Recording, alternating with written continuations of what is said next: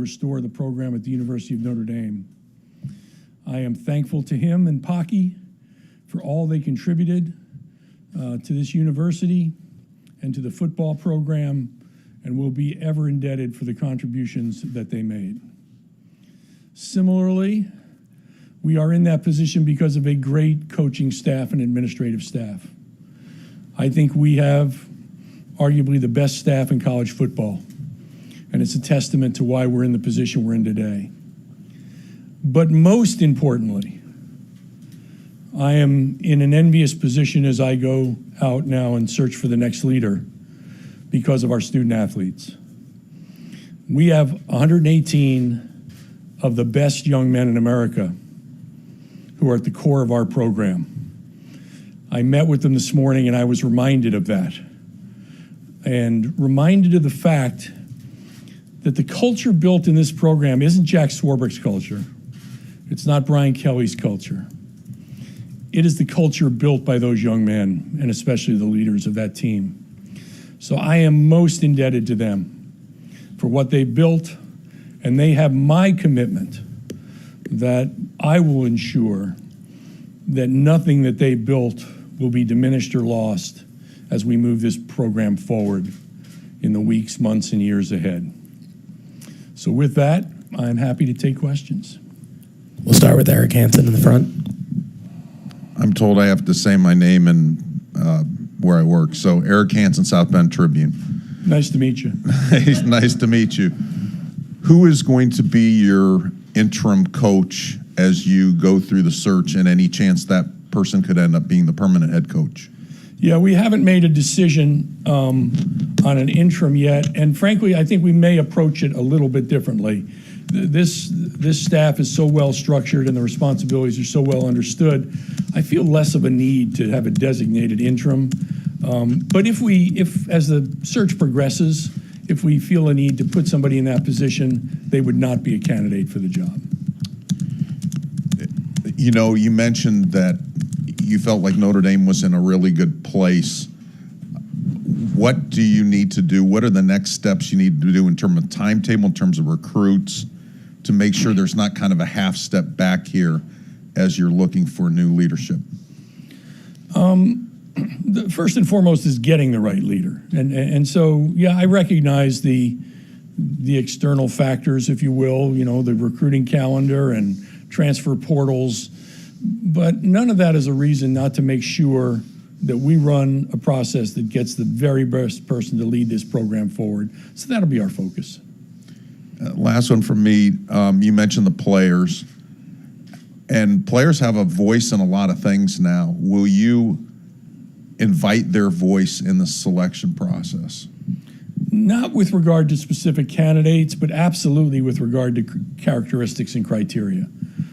Every search I've conducted here in every sport, I've had a group of student athletes help advise me, and I'll look to the captains of this football team to play that role. John Bryce is next, also in the front. Hey, Jack. Hi. Thanks for your time. John Bryce, Football Scoop. It seems like Brian had at least one or more conversations with USC, and then very obviously had one or more conversations to get to this point with LSU. Did he discuss those conversations with you? Did you get the sense there was something he was looking for that either he didn't believe he could find at Notre Dame or that Notre Dame could not deliver to him? Yes, he did not discuss with me the conversations he had with other universities. We always are talking about the program's needs and how to improve it, and there was not anything identified at any time that was something we could not accommodate or meet. We just simply didn't have those things come up. Did he give you any opportunity to try to convince him to stay or to match LSU's offer? And then last one from me would be, what are, in addition to what Eric asked, what are some of the defining characteristics that you will look for as you go through this process, and will you use a search firm? Yeah. If we will conduct the search, the University of Notre Dame, and I will lead that search. If we use any outside resources, it'll be for administrative purposes, background checks, maybe, you know, booking my travel under a different name, all the things that that try and mislead you guys a little bit, keep you off my tail. But no, we will take the lead on the search.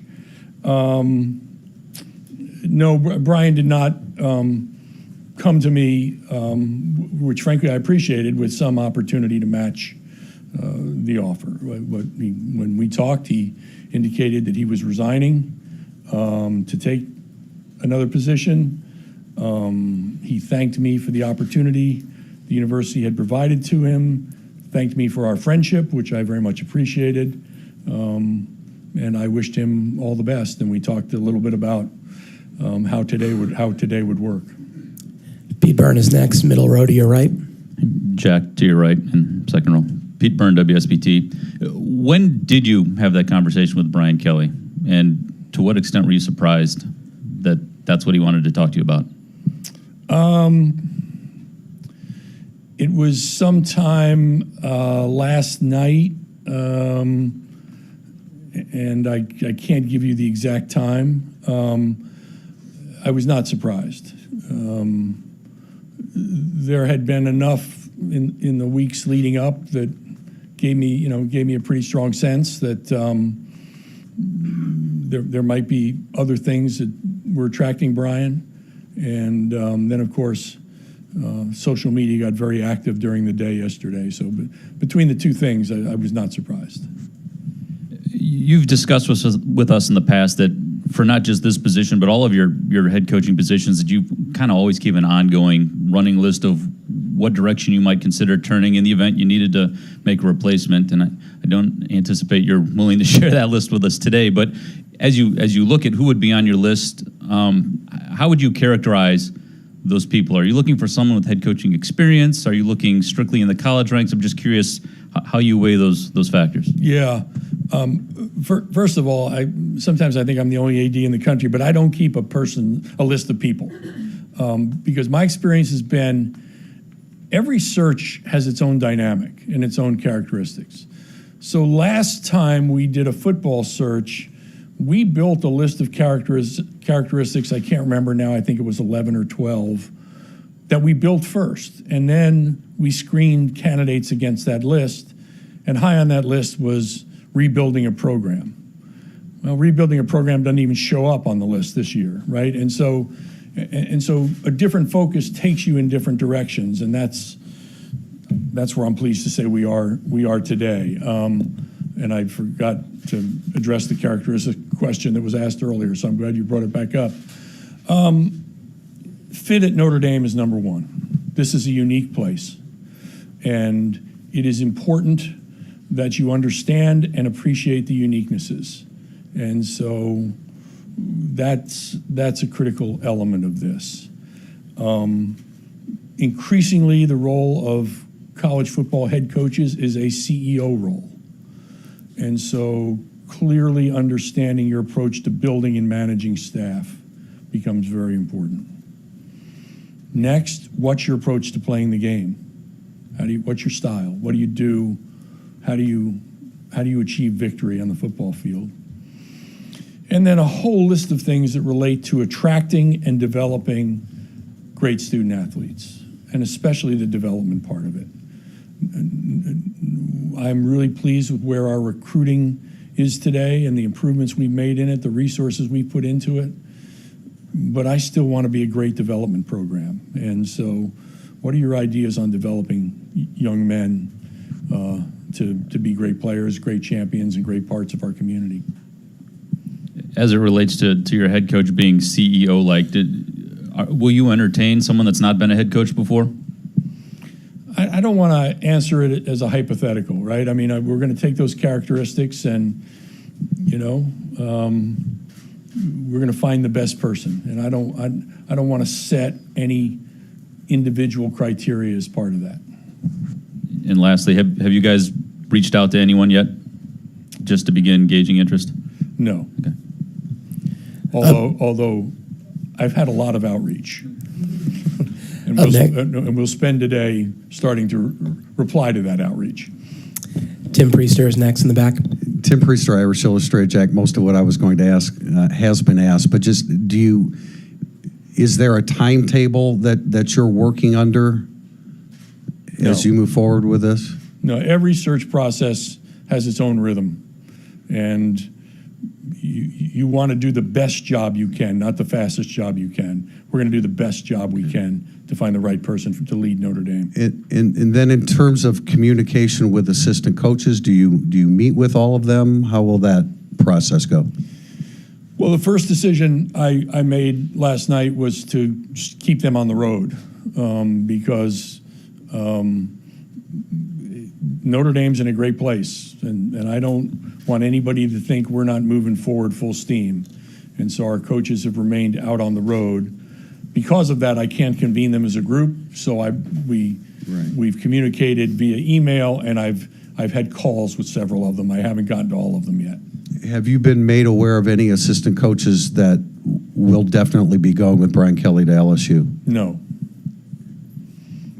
All right, we're going to shift to Zoom next. Ross Dellinger from Sports Illustrated, you're up first.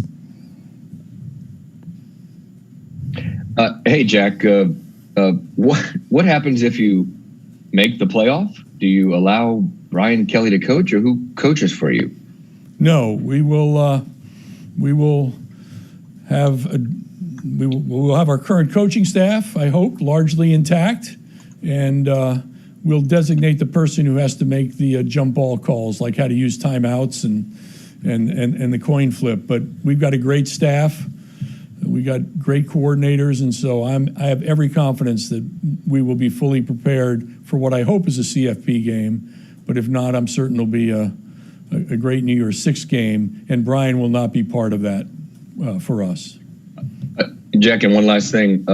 What does it say maybe about just the landscape of college football right now, and that we've had, in about a 36-hour span, two of the most significant high-profile coaching moves, for $100+ million in contract over the last couple of days. Like, what does it say about where college football is right now? Oh, I probably need more time to process that. I mean, obviously, it has. You've seen a significant shift, right? You've seen a shift in mobility and a shift in compensation. And I think your question's the right one. I don't have the answer, but I think we better be asking it. We better be asking what we want college football to be and how we make sure it still fits inside a university environment. Up next is Patrick Engel from Blue and Gold. Jack, kind of going off of that, when you look at the timing of this with a departure from a major program that's still in the mix for a CFP berth, I guess kind of how do you process that, and how surprised were you that it happened when it did with you guys still in the mix?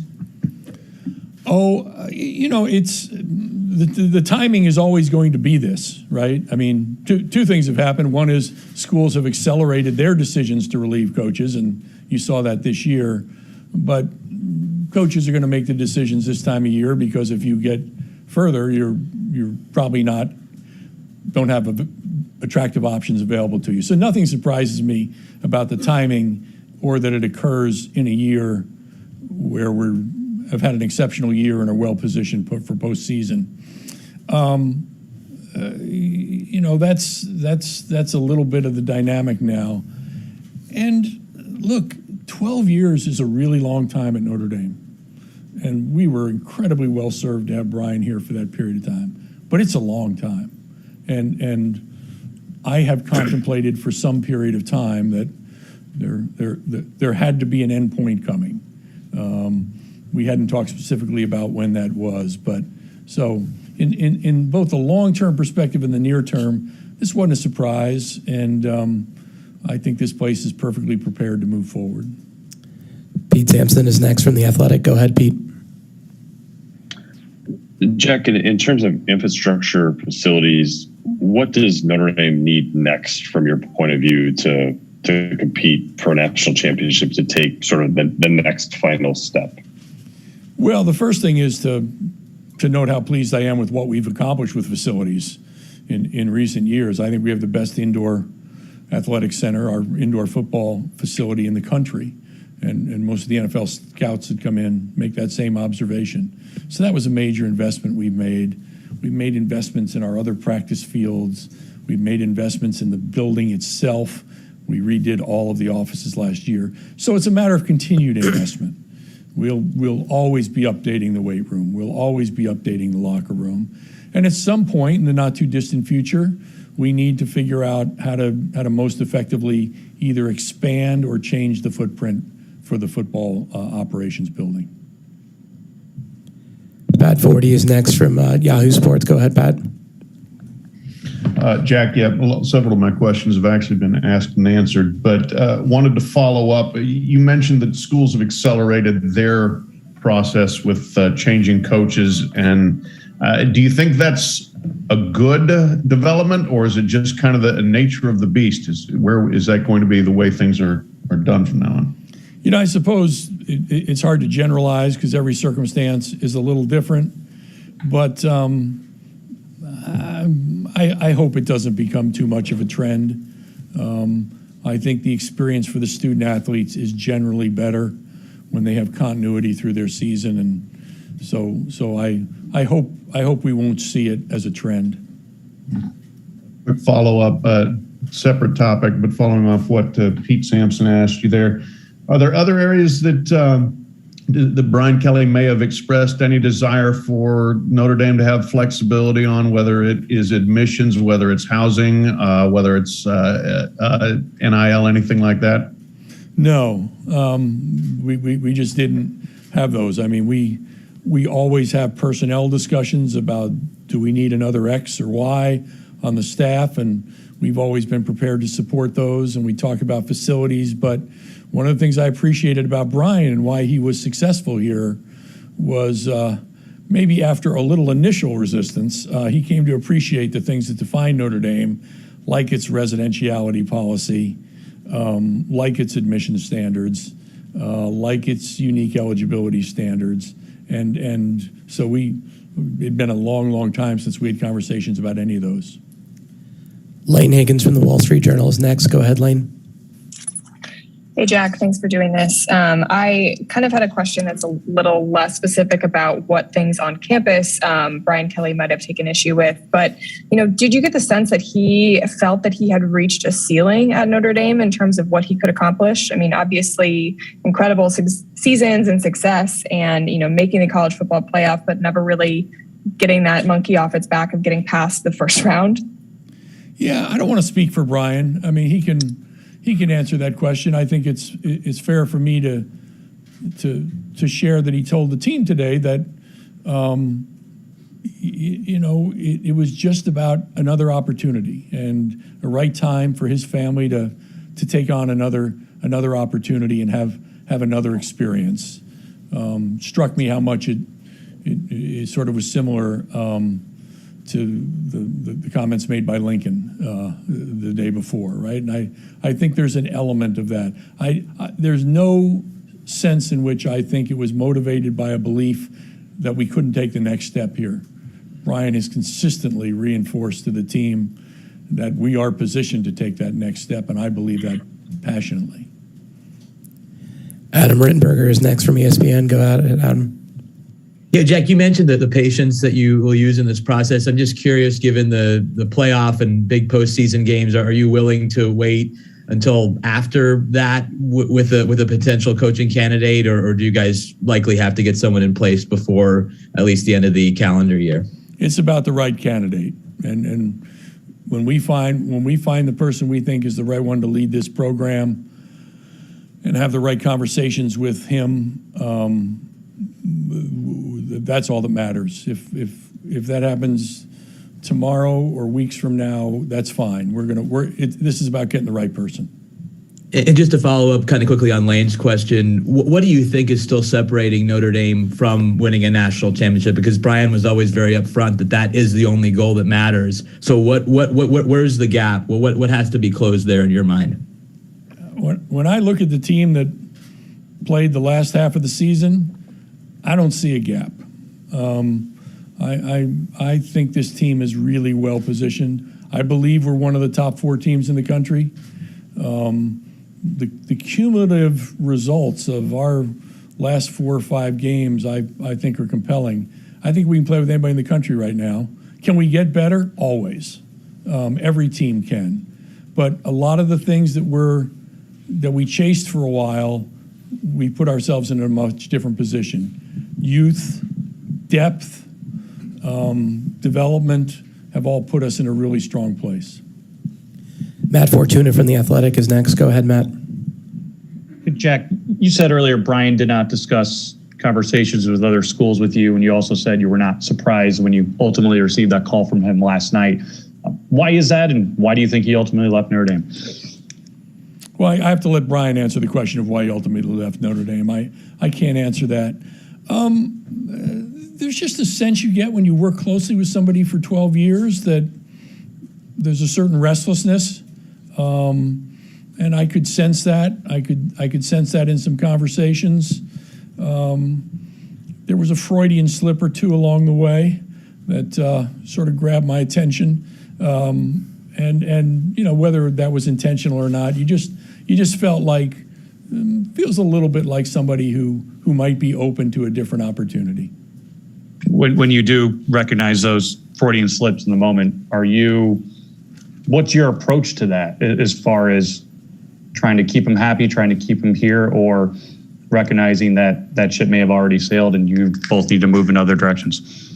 You know, we never had a conversation along those lines, which is why I think, you know, this was fundamentally a decision by Brian and his family. So this wasn't a matter of saying, you know, gosh, I need X or Y to remain at Notre Dame. There just weren't any of those conversations.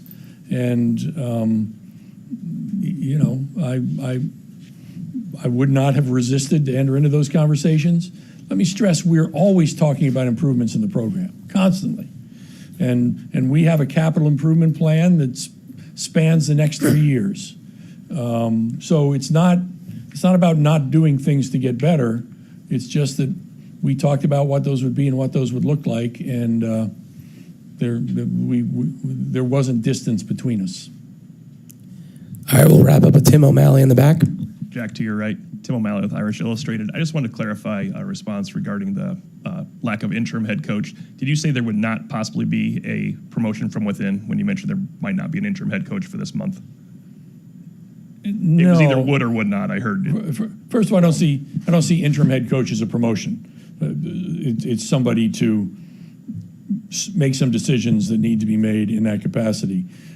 All I was saying was my confidence level in this staff gives me some time to deal with that issue.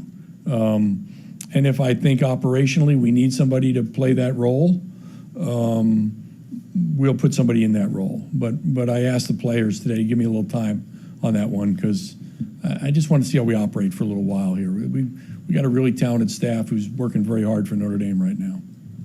Thank you very much, Jack. Thank you.